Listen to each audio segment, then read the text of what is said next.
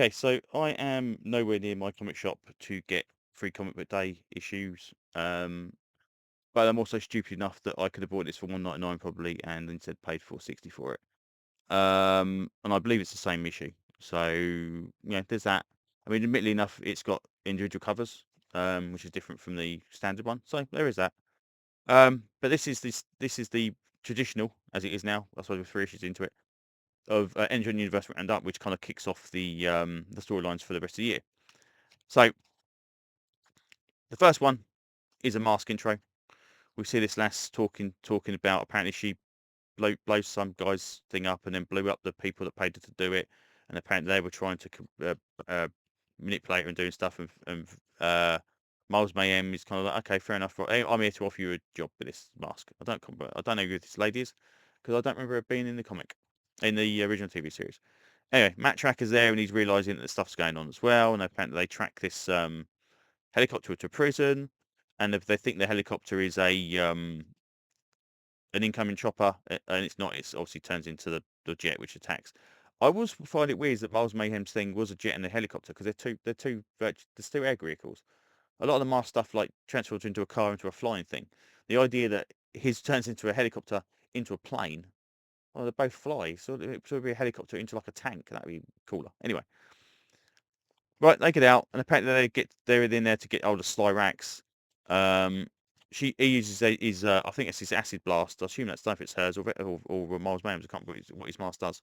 Anyway, it does the job. I mean, we're not kind of pulling any punches here. And they escape, and Matt Track is like, okay, right, it's now time to activate the rest of the mask. So we've got 1, 2, 3, 4, 5, 6, 7, 8, 9 people that apparently are members of Mask. And I don't know who these relate to. I remember him being in. I remember him, and I think he's the guy in the truck. But I could be wrong. Um, I love the what was it? The blue car that went up, and I can't remember if it was a Chevy. I remember that one being really really cool, and the one that's the 4x4 thing that split open as well had the little gun pod in it. That was cool. But there's also 3 here that I don't know who they are because they don't mention where they're located. So obviously Mask got a load of people, and Venom hasn't. And then we cut to this, which and again, I've no idea what this is supposed to be. So there's this lady out here. She's in the jungle. She's doing her thing. She's surviving. She's getting attacked by snakes. She goes up. Apparently, she's heading back to her little location where she's set up a hut or a little bit of a settlement. And it turns out that settlement is inside of a transformer. Now, is that Ironhide or is that somebody else? Because if it's Ironhide, he's massive. That can't be Ironhide. There's got to be somebody different. Because there's no way in hell that she's that small. That doesn't make sense to me. So we'll see who that is. But to me, at a glance, that's Ironhide. And what he's doing there, who knows?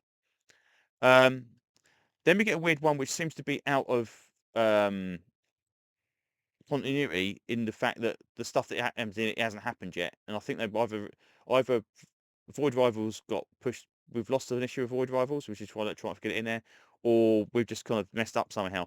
But it turns out that our old Battle Bob here on the is trying to track down Solar. I believe it's Solar, and he notices there she's his sister, and the kids with him as well. And they land up on the planet of junk, and this guy's there as well. And it turns out that it's like, oh, that explains what's going on. It's like, right, yeah, I'm trying to track my sister. Unfortunately, we've come this far and we've managed to crash the junk, so we need to repair the vehicle. But apparently, she's been taken to Earth by someone from Kobalar.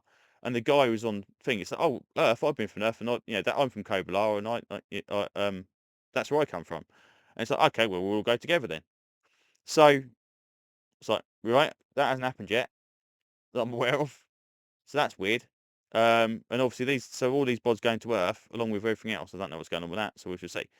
And then we get a Zartan origin story where he basically goes in there and says that he had energon infused skin, which allows him to basically reform into kind of these fake versions of himself. And it turns out it needs constant energon, and that's why the Dreadnoks have got energon. And then basically shows him going back to Hawk.